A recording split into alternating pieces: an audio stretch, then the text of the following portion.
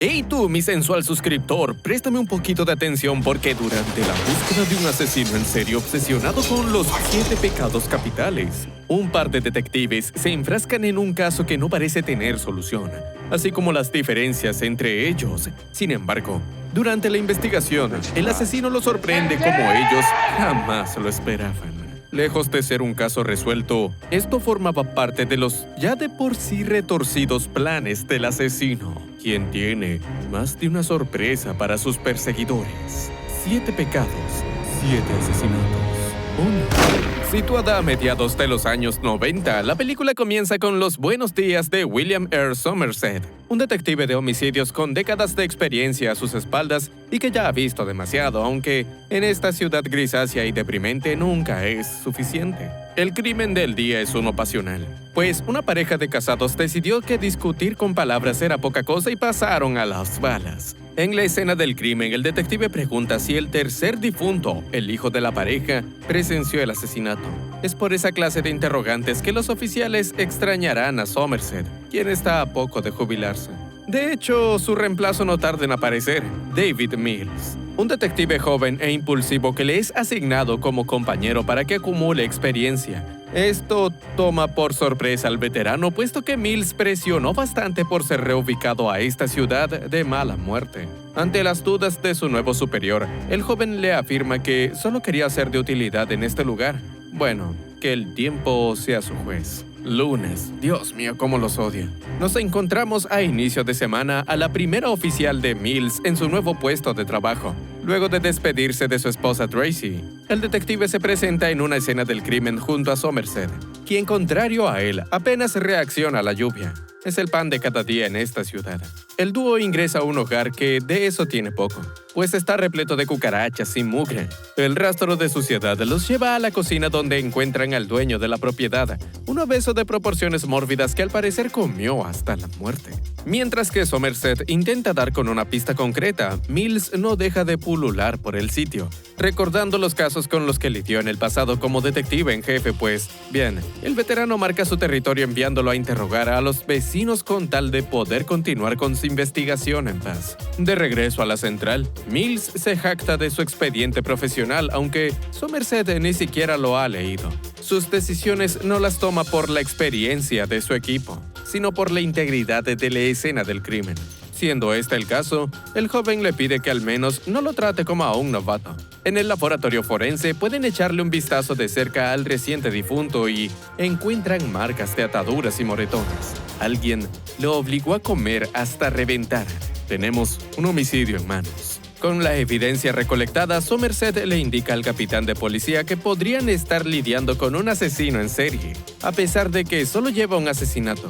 Y es que nadie se tomaría tanto tiempo torturando a alguien de forma tan sádica, a menos que quiera probar un punto. Si bien el capitán no cree que sea para tanto, el veterano le pide que le asigne otro caso, ya que no quiere terminar su carrera con un caso tan complejo que se extenderá por mucho tiempo. Asimismo, señala que Mills no está preparado para este caso. Indignado, él solicita la dirección de este caso, aprovechando que Somerset quiere dar un paso al costado. Martes, segundo día de la semana y segundo asesinato en la ciudad. Esta vez, un conocido abogado muere y esto sacude a la población.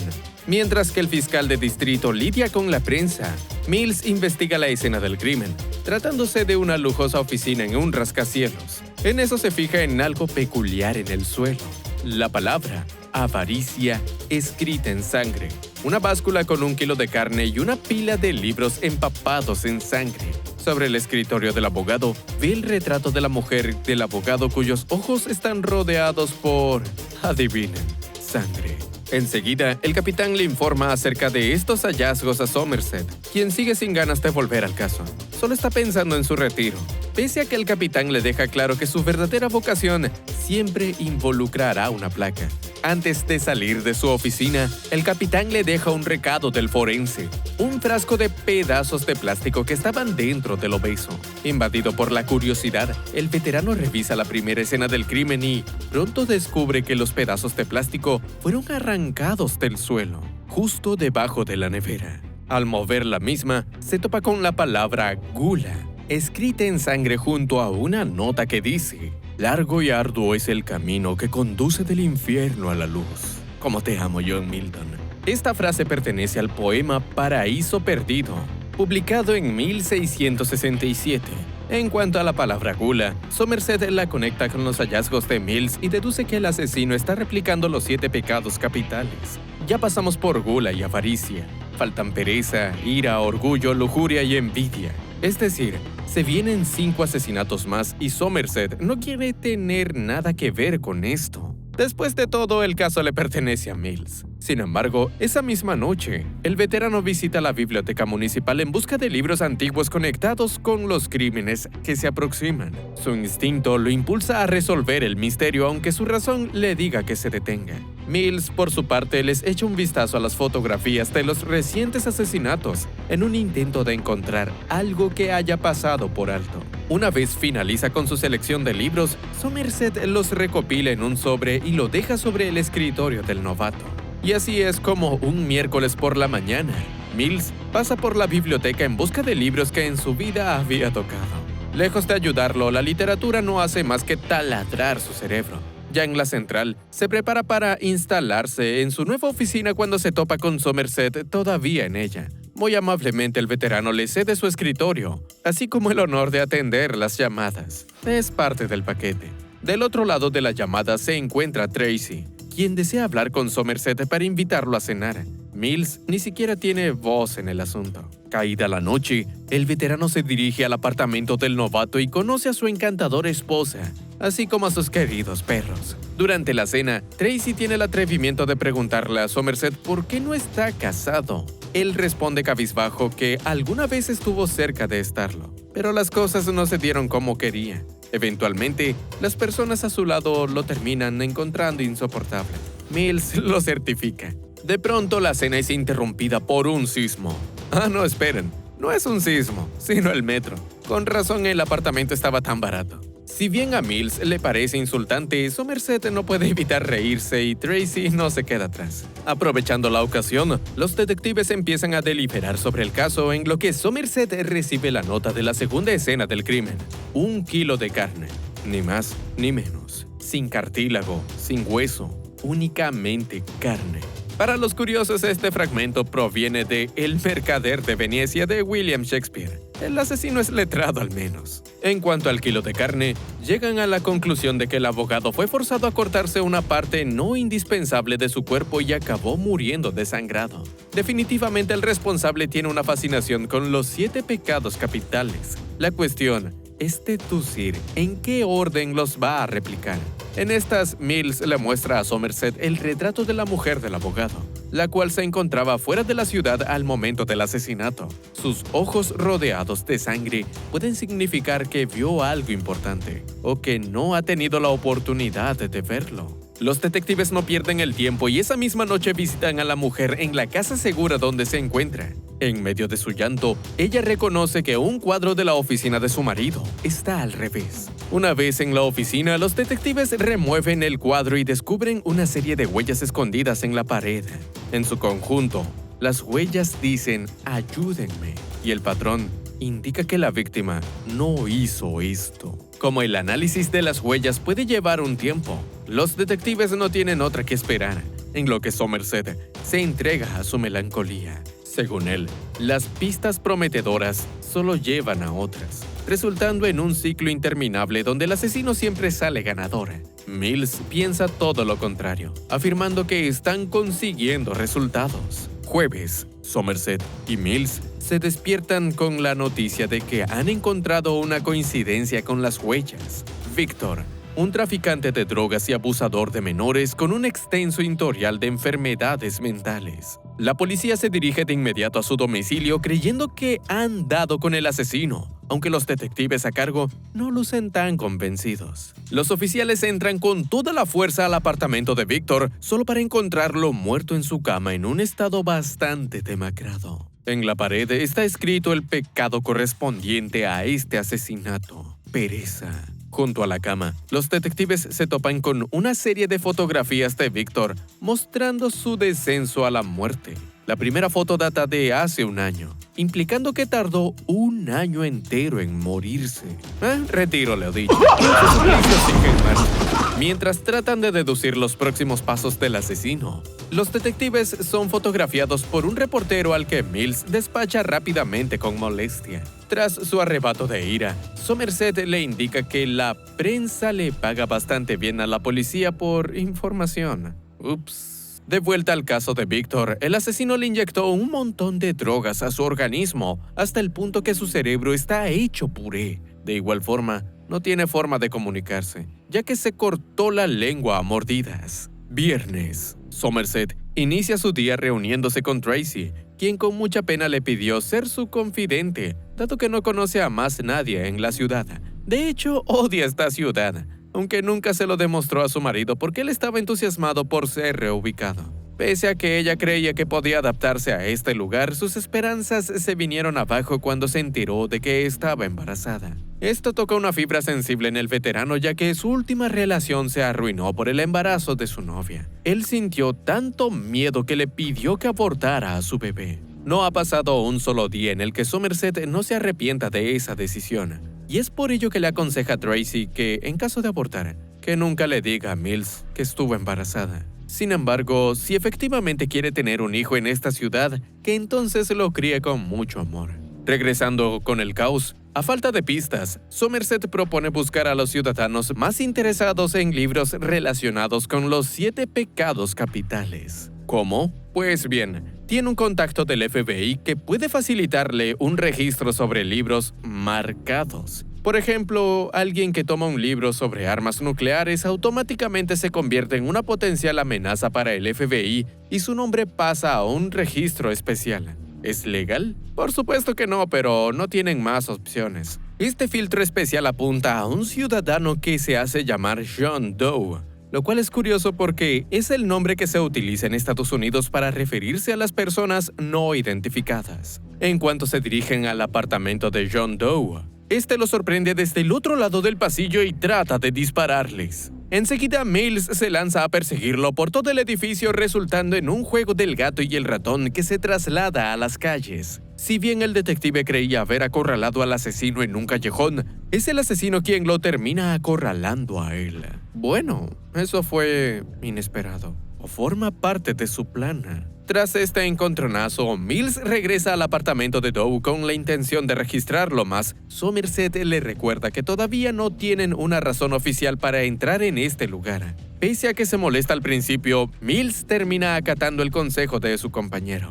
Obligado a improvisar, el detective les paga a unos vagabundos con tal de que reporten a John Doe a la policía. De esa forma tienen excusa para registrar el apartamento del asesino y no es nada bonito. Desde las latas de salsa que se comió el obeso hasta la mano cercenada de Victor, hay evidencia de sobra que lo condena como el asesino de los 7 pecados capitales. Asimismo, hay una cuantiosa serie de cuadernos llenos de pensamientos perturbadores y pistas sobre la próxima víctima. En paralelo, Mills chequea las fotografías hechas por el asesino, en la que encuentra una de él y Somerset. John Doe era el reportero del otro día. Lo tuvieron en sus narices y no se dieron cuenta. Entre este mar de evidencia todavía falta una cosa importante. No hay huellas dactilares del sospechoso, por más sorprendente que suene. En eso el teléfono del apartamento empieza a sonar y Mills se apresura en atenderlo. Del otro lado le habla John Doe, quien admite que está impresionado por la efectividad de la policía. Por ende, tendrá que reajustar la fecha de su próxima obra. En un intento de evitar esa obra, los detectives revisan las fotografías de las víctimas y se fijan en una prostituta que no han visto hasta ahora. La siguiente víctima, sábado. Ya es fin de semana, no voy a trabajar. Somerset y Mills se presentan en una tienda local de artículos para adultos con un retrato de John Doe. El encargado lo reconoce como un cliente al que vendió un producto bastante alocado hace unos días. Justo entonces, los detectives reciben una alerta. La policía ha encontrado a la prostituta. Por desgracia, lo hicieron demasiado tarde. En la escena del crimen, se topan con un sujeto alocado que dice haber sido sometido por el asesino, quien lo obligó a introducir en la prostituta un objeto dotado de cuchillas. Naturalmente, este asesinato representa la lujuria. Conforme avanzan en el caso, Somerset cree con más fuerza que esto no tendrá un final feliz. Pues bien, Mills será feliz con tal de atrapar al asesino, a lo que su compañero responde que solo podrán celebrar si resulta ser el diablo en persona. Pero claro, no lo es, solo es un hombre y puede ser cualquiera. Aún así, Mills continúa aferrándose a su postura. Se niega a caer en la apatía y en la negatividad del que debería ser su modelo a seguir. Tienen que ser mejores, romper el ciclo. Esa noche, Mills regresa a un hogar donde amor no le falta, mientras que Somerset regresa a abrazar su soledad. Domingo. Los servicios de emergencia reciben una llamada. Lo volví a hacer, dice John Doe. La víctima en cuestión es una modelo cuyo rostro fue rebanado. En una mano reposa un teléfono y en la otra un frasco de pastillas. El asesino le dio la opción de vivir, pero con su belleza completamente perdida, la modelo prefirió la muerte. Nombre de la obra: Orgullo. En cuanto vuelven a la estación, los detectives se topan con una desagradable sorpresa. No me sorprendería. ¡Detective! Tanto esfuerzo por evadir a la policía y ahora se entrega como si nada. Algo no cuadra. Durante su cautiverio, los oficiales descubren que se ha arrancado repetidamente las yemas de sus dedos con la finalidad de ocultar sus huellas dactilares. También dispone de una cuenta bancaria abierta con efectivo. Mucho efectivo. John Doe es rico de cuna, por lo que no empezó a matar por necesidad, sino por voluntad. Para terminar con los detalles perturbadores, la sangre que estaba en sus manos pertenece a dos personas distintas, la modelo de antes y otra víctima no identificada. Mediante su abogado, Doe se compromete a conducir a la policía los últimos dos cuerpos con la condición de que Somerset y Mills lo acompañen a un lugar que solo les dirá a ellos. Si la policía no cumple con estas condiciones, el asesino alegará locura en su juicio y se irá a un manicomio en vez de pagar condena en prisión. Equipados con micrófonos ocultos, los detectives emprenden rumbo a este sitio misterioso bajo la dirección de Doe, quien afirma que él no es nada excepcional. Es su trabajo lo que está cambiando el mundo. Mills trata de provocarlo, aclamando que en unos meses nadie se acordará de su obra, aunque él le pide que espere al último acto. Será muy especial. Por esta parte, el tipo está bastante calmado, pero cuando los detectives lo recriminan por matar gente inocente, él estalla de ira. Un obeso que apenas podía mantenerse en pie, un abogado que vivía de mentira, una prostituta que esparcía enfermedades, una mujer horrible por dentro, y ni hablar del abusador de menores. Eran de todo menos inocentes. Ese es el problema de la sociedad actual, según Doe. Hay un pecado capital en cada esquina y simplemente lo toleran. Bueno, él no. Y su trabajo impulsará a otros a hacer lo mismo. Una vez en su destino, un desierto en medio de la nada, el asesino pregunta por la hora. Lo que está esperando se aproxima. A los minutos, una furgoneta aparece en el camino y Somerset se apresura a interceptarla, dejando a su compañero a cargo del asesino. De la furgoneta se baja un repartidor asustado que dice tener un paquete destinado a un tal David Mills. Intrigado, el veterano se dispone a revisar el contenido de la caja. No muy lejos, Doe le confiesa a Mills lo mucho que lo admira, mientras que él solo quiere que se calle. Al abrir la caja, Somerset ve algo tan terrible que le pide a su compañero que no se acerque. Por su parte, Doe continúa con su monólogo hacia Mills, confesando que admira su vida de casado con Tracy. Sabe el nombre de su esposa. Y no solo eso, hoy la visitó en su apartamento y trató de jugar a ser su marido. No salió bien, por lo que se llevó un pequeño recuerdo de ella. Doe añoraba la vida normal del detective. Doe representa la envidia histórica del cine. Somerset le ruega a su compañero que no dispare, puesto que le estaría dando la razón. Sin embargo, Doe empeora las cosas, jactándose de haber matado a la criatura en el interior de Tracy. Suficiente. Y así, el detective Mills se convierte en el último pecado capital, la ira. Tras esto, Mills es arrestado por homicidio mientras que Somerset promete estar cerca, tanto de él como de la policía. El mundo es un buen lugar, por el que vale la pena luchar. Estoy de acuerdo con la segunda parte. Vaya final. No importa cuántas veces veas esta película, no deja de impactar. Si te gusta esta clase de cine detectivesco, te invitamos a ver esta historia cargada de acción y un asesino sediento de sangre.